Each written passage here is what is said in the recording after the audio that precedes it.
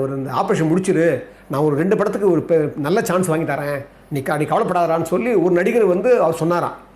ஆனால் இவரால் வந்து புரட்ட முடியல, பணம் புரட்ட முடியல, நெருங்கிடுச்சு, என்ன பண்ணுறதுன்னு தெரியல.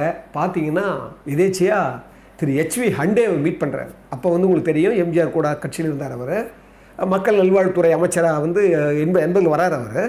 அப்போவே பாருங்கள், திரு ஹண்டேவை மீட் பண்ணும்போது சொல்லும்போது இது மாதிரி என்னோடய மகனுக்கு ஹார்ட் ஆப்ரேஷன் பண்ணணும், இது மாதிரி ஒரு 5000 ரூபாய் தேவைப்படுதுன்னு சொன்ன உடனே ஹண்டே சொன்னாராம், நீ தோட்டத்துக்கு போய் சின்னவரை பாரு அப்படின்னாராம். சொன்ன உடனே வேறு எதுவுமே யோசிக்கலையாம் டைப்பிஸ்ட் கோபு. என்ன பண்ணாராம், நேராக தோட்டத்தில் போய் காத்திருந்து என்ன பண்ணாராம், எம்ஜிஆரை பார்த்துட்டாராம்.